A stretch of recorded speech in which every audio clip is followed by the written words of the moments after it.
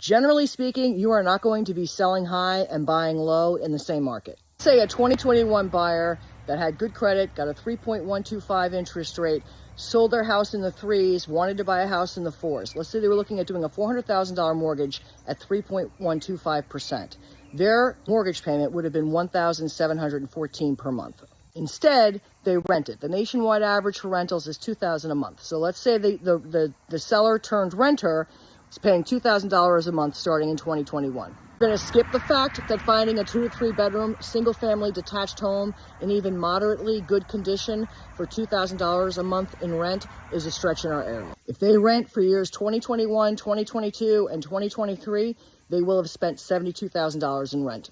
And they put money into rent with nothing to show for it, with the hopes that the market would not only go down, but go down enough to make up for the money that they've spent in rent. And now, with interest rates having gone up, that now tenant can no longer buy that $400,000 house unless their finances have changed significantly.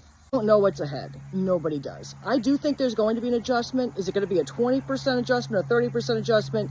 I think that's probably a stretch. Moral to the story is, no matter the market, if you find a residence that works for you, checks your boxes, and that you can comfortably afford, that is the right time to buy.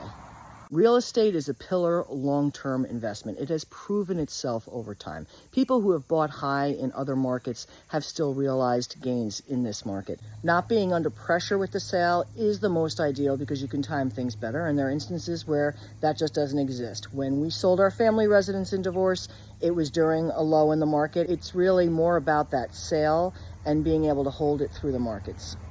Now, there are people that are not in a position to buy for different reasons. I'm not knocking rent. I am suggesting if you are looking at sell, rent, buy as a strategy, to really take a look at those numbers, because it does net out to a gamble, and just make sure that you're comfortable with where that could net out to.